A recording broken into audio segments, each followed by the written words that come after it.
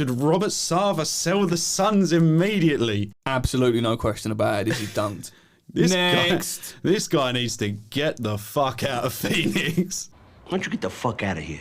Now, don't get me wrong, 70 people, current and former employees, is absolutely brutal, but the only one that has been named is CJ Watson, former coach. So this isn't the same thing as the Donald Sterling issue from 2014, I think it is, where he was on tape being racist. Yeah. I am banning Mr. Sterling for life. These are just allegations so far, but 70 people? Come on, 70 man. people is a lot. Come on. Now, what they all need to do is name themselves and come forward.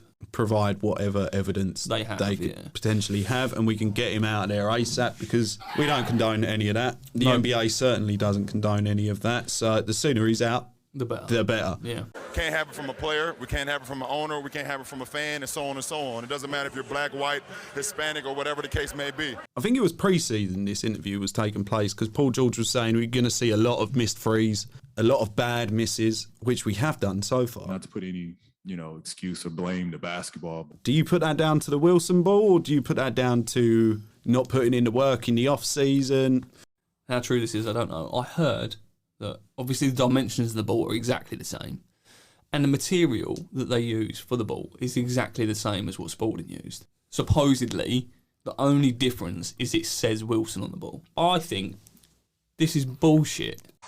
You had this ball all the way through the pre-season. As soon as the chip was won, that was pretty much the end of the sponsorship. If anyone was to complain about this, it would be the likes of your Steph Currys, your KDs. Do you put that down to the Wilson ball or the rule change? They're shooting contested hard threes. Therefore, they're not going to be as successful because they're not being bailed out by the dumb foul calls. Paul George will finish top 3 in MVP contention this year. This is a tough one. He could. He's playing great. He's not going to win it because the Clippers will be a losing team. Yeah. If you'd have said top 5, I'd probably said, yeah, dunked. Top 3. It's a tough one because I'm going to go denied. As much as it is an individual award, you need the wins.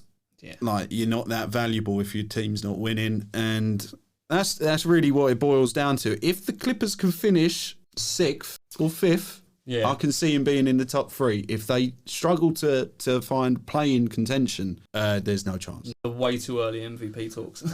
Mate, Mystic Mike ain't here, so we can't get the actual predictions right. So we have to just fumble it about a bit. So both denied on that again. Yes, sir. God damn, we're a negative podcast today. Yeah, we are, man.